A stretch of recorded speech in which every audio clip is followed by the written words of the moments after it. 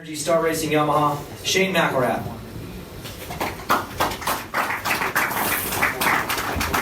Finishing second, riding for Roczen Energy, Husqvarna Factory Racing, RJ Hampshire. And your winner, riding for Geico Honda, Chase Sexton.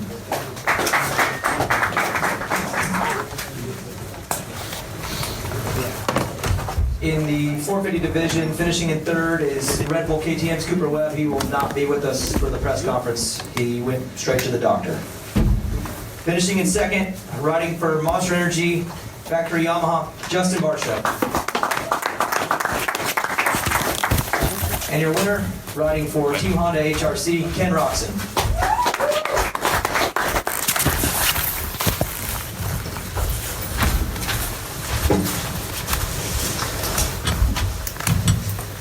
Shane, congrats.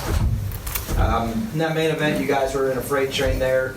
Early, it was a little bit back and forth, but then it kind of settled in.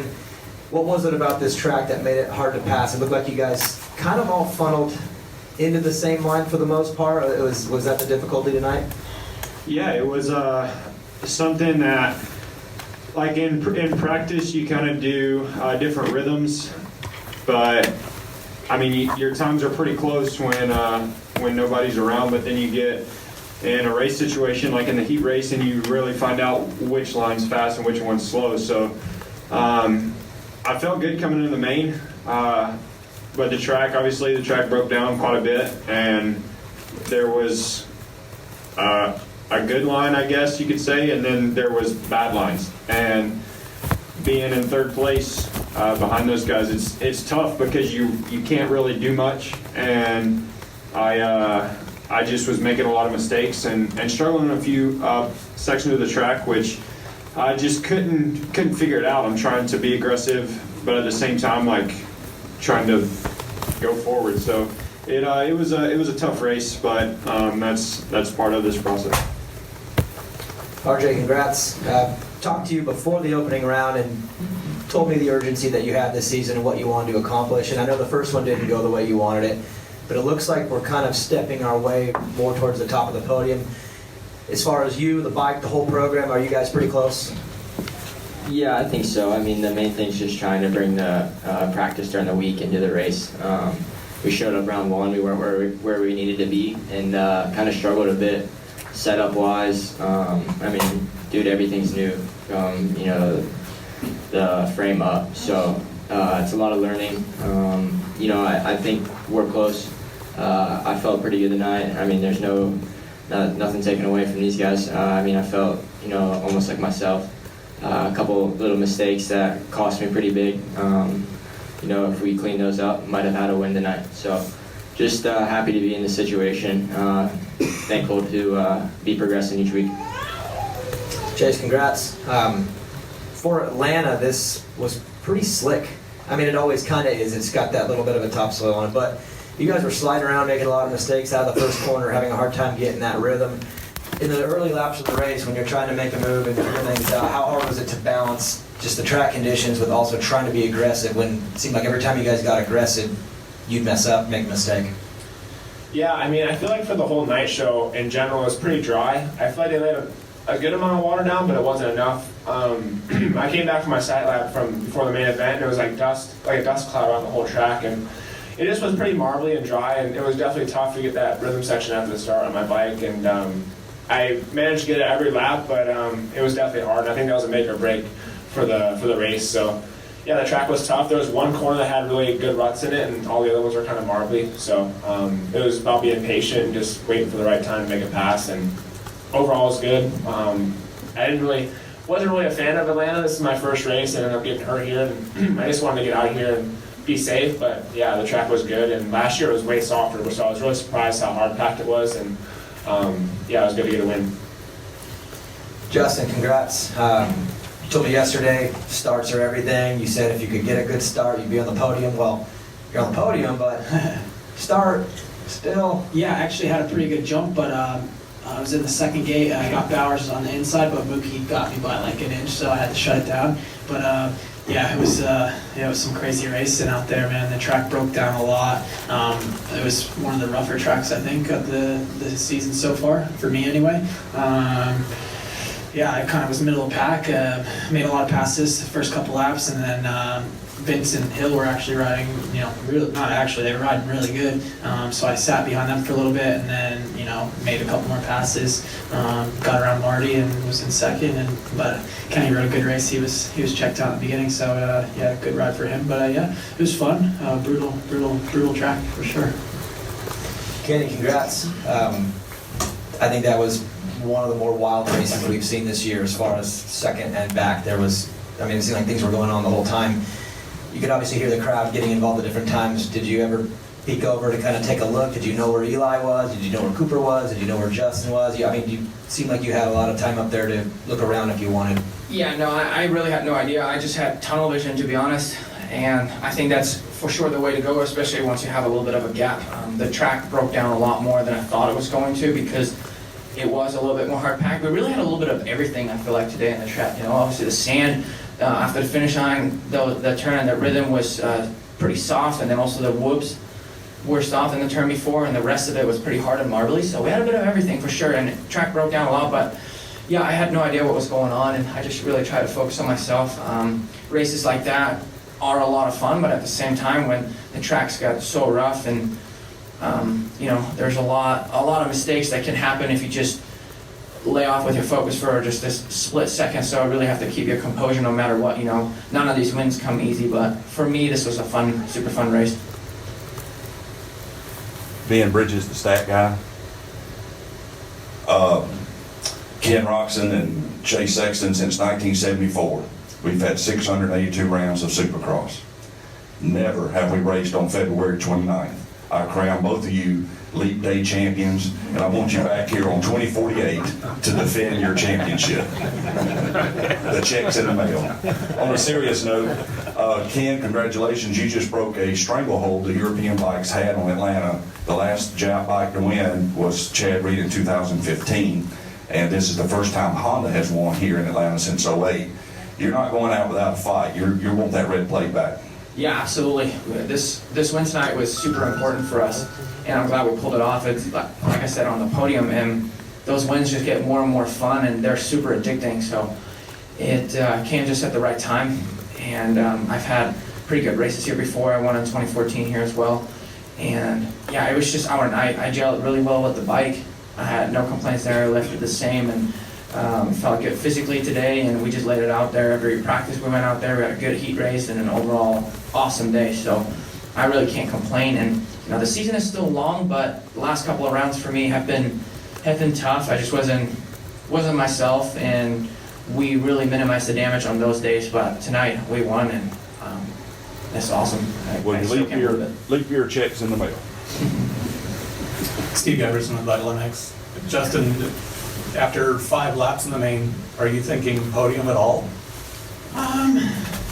Yeah, I always think of the last 4 weekends I've started in the back and really wanted to get to the podium, but those ones weren't possible. But tonight, I knew kind of where everyone was at a little bit, and I thought, all the guys in front of me I could kind of catch. So it was definitely not easy by any means, but I had, I was able to get in second, with probably, 5 or so laps to go, and just ride my own race in second because Kenny was checked out a little bit. But yeah, it was good. There was some really aggressive racing tonight, so it was interesting.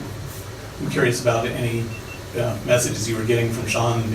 Or is he telling you? It was so hard to see the pit board right there for me. I struggled with it a little bit, but I'm sure he was giving me my laptops. But honestly, I don't even know what he was putting on the board because I was so tunnel.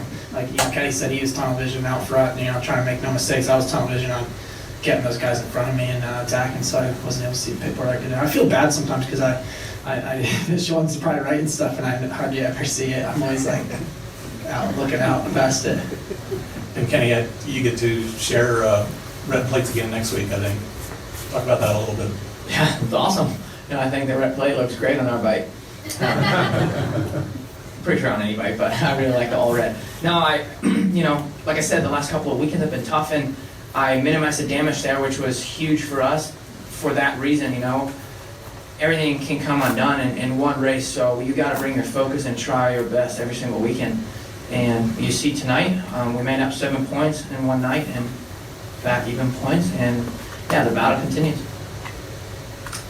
Jason White again, Racer X. Kenny, is there something you could point to that was different tonight? Why you felt better, and to make it repeatable, or was it just an on night for you?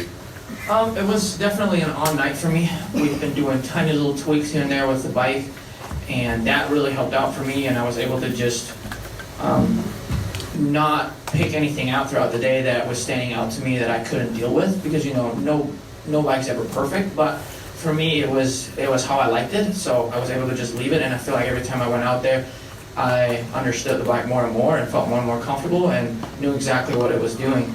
So that helped out, along with tweaking a little bit during the week and just changing it up a little bit. That helped out as well.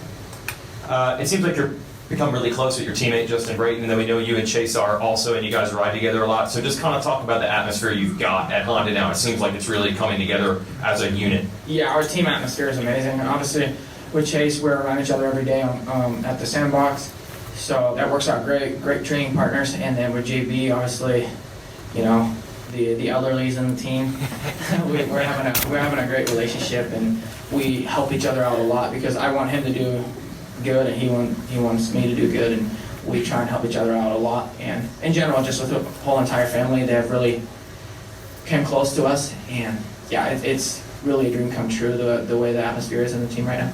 Did I hear that JB was staying at your house for a little while, and you might be staying at his and riding together and things like that? Yeah, absolutely. In California, yeah, he stayed at my place quite a bit. So we've been getting to know each other more and more, and I think that helps out a lot just because he's quite a bit older than me, and I actually call him Dad sometimes. It's pretty bad. But,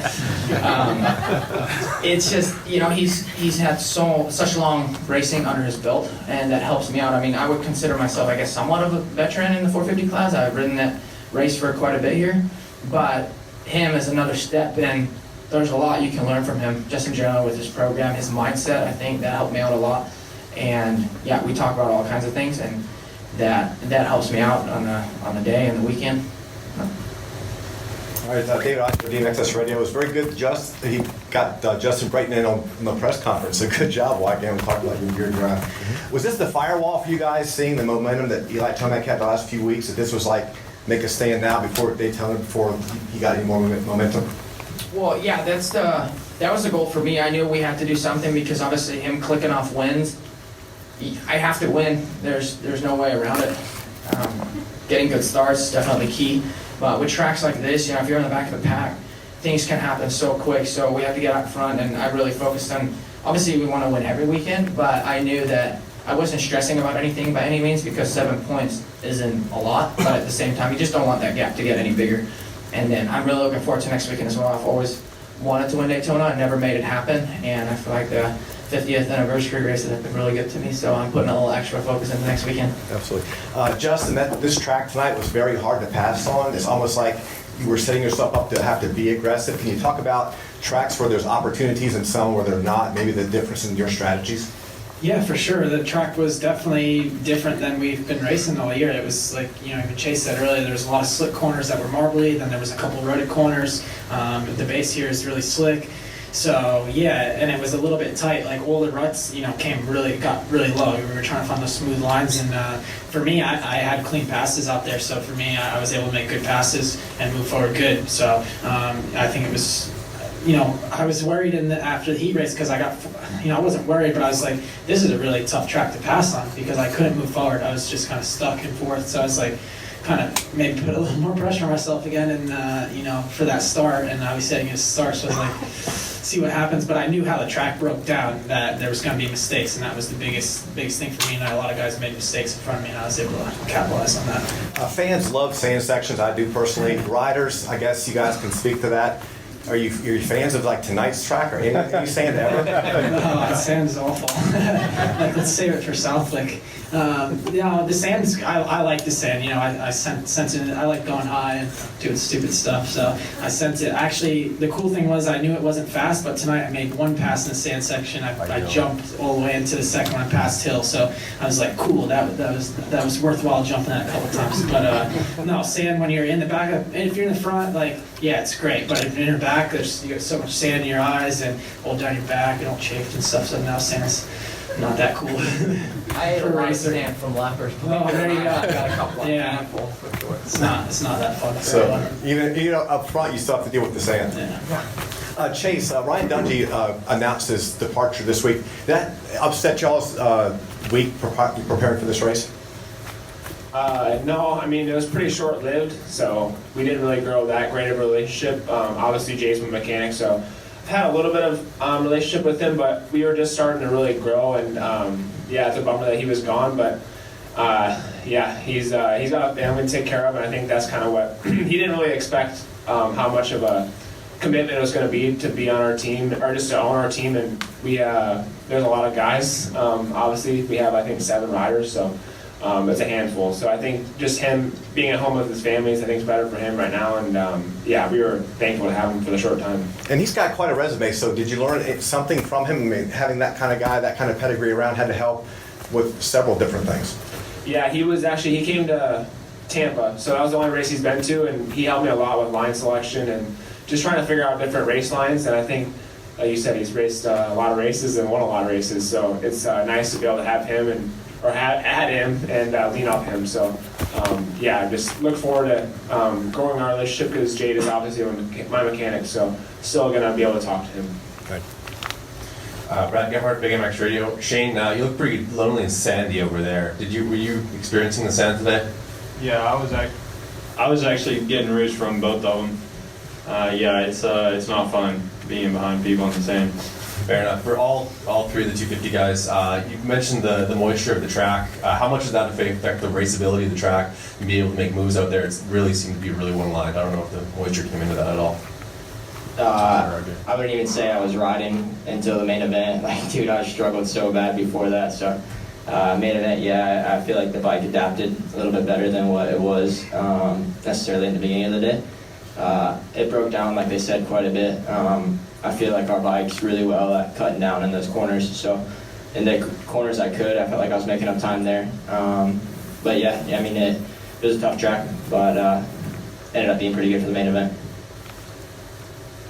Yeah, being behind RJ, I felt like it was really difficult to just make a pass because I feel like we were trying to set up these rhythm sections that you didn't want to miss it because obviously I had Shane behind me and I didn't want to like go in there and miss the rhythm section. So it was tough because there was a lot of lines out there that were hard on our bikes, and getting that 3-3 on was pretty tough. So just overall trying to hit every rhythm section is it's hard because we don't have got to carry momentum and yeah, to get over them. So I think that was tough too with how slick it was. But it also, like, just for bike setup today, that was kind of where I guess we struggled the most all day. Is we would make a change for most of the track, and then it would affect other areas that it didn't affect before. And it was like these guys were talking. We had a little bit of everything, so it was kind of hard to set the bike up for a track like that where you have so many different terrains. Fair enough. Well, the 2 of you, this is your first year on that motorcycle. The 3 of you have all been on the same motorcycle for a number of years. Would you say that this particular track and just the racing conditions, you really needed to know your motorcycle, and being the first year on a motorcycle was a bit of you're behind the 8 ball? Maybe you guys chime in? Yeah, I think for sure, knowing your bike's super important and setup and things like that. My setup's been really good at adapting like to the track at the end of the day. In the beginning of the day, I kind of haven't felt that super comfortable. When it comes to the main event, when the track breaks down, my bike works really well, so that's been cool. But yeah, I'm sure those guys are learning a lot on the new bikes and stuff. They probably say more though. Yeah, no, I'd say, I mean, my off season, I mean, you guys know I was hurt quite a bit, so I didn't really get to test much. So I still think we're trying to find my base. Like, I mean, every time I go out, I'm changing something. So yeah, I mean, as the track adapted, I feel like we have a good bike right now for the slickness. Like I said, for the cornering, just got to figure it out for the whoops. Yeah, kind of same for me. It was today was really a new day. First time I've ridden that bike on. I mean, last week we had some soft sections, but today there was a lot of new for me. So it taught me a lot. I mean, we need to make some changes this week, but for me to be off that much and still get third, I think it's good. I mean, we've got a lot of room to grow, and I think that's really good for us. Thanks, boys. RJ, just talk about those rhythms that Chase talking about. You didn't get them every single time. What's the difference when you get it right and get it wrong? Because obviously it was tough tonight to get them every lap. Yeah, and honestly, like when you're leading, you don't know what the guys behind you are doing. So I thought they were going to outside roll 2-3-2, I think it was. But I knew, I got destroyed in the heat race going, outside. So I knew if I wanted to be in it towards the end, I had to sack up and do it every lap. And Chase got me there whenever I clipped it, and I probably clipped it 6 other times. So it just shows how tough it was. Like, you had to get over that little one, and be pretty precise on it with the pop for the next 3. Okay. And Justin, I talked to you real quick for opening ceremonies about these starts. Is it something that you can fix? Is there a direction you can go? Because it's been tough and used to be really good at starts. Yeah, for sure. It's just been a work in progress for me. Last year the power on my bike was really strong, so I changed my body position a lot, like to kind of manhandle the bike a little. And now I have a really happy setting on my bike with the engine, so I'm kind of working backwards a little to get like in my comfort zone. So really, it's just like putting it all together. And I've been practicing a lot, and honestly, like, I'm getting better each weekend, but it's just, you don't always see it. And I felt like my heat race start was pretty good. I was like 5th or something, so I was happy with that. And then main event, like I said, I felt like I had a good start, but Mookie got me by a hair, and he's a big kid. He can, push you around a little bit, so he got that wheel, and that was the end of that. So, just gonna keep working on the starts and stuff. And, I've definitely had the speed all year. I've been super consistent. I've had, A2 was a difficult race for me, but since then I've just been plugging along kind of silently, holding the points where I've been at. But tonight for me, and I talked to Ricky on Friday at press day, and I told him, it's definitely time to, either do it or not. So for me, tonight was definitely an improvement, but definitely looking for that win again, because that's what it's going to take to win the championship, is to get some wins. And I know I have the speed, just need to put all those little things together. Brett Smith from We Went Fast. Justin, you found yourself smashing bars with Eli Tomac early in the race, but it's not for the lead. Are you thinking to yourself, come on, not again, or do you kind of like that kind of stuff? No, I don't really like it. I made a good clean pass on Eli, and then like if someone physically hits me so hard it hurts me, I'm not happy with it. So I thought the pass he put on me was stupid, and then he did a pass on Baggett and cleaned him out. So I thought he was kind of on a mission tonight to get to the front, and whatever it took, he was going to do it. So, but it ended up costing him. So I felt like he rode a bit harder than I thought he should have, and I know pretty hard because I've done it before. But I was just trying to ride my own race and move to the front of the pack. And when you get caught up in a battle that's not in the front, you lose so much time. And it's, if you're not a second faster than the guys in front of you, you're not going to make those passes back up. So it was definitely a little annoying in the middle of the race, but got through it. Congrats, guys. Thank you. Thanks.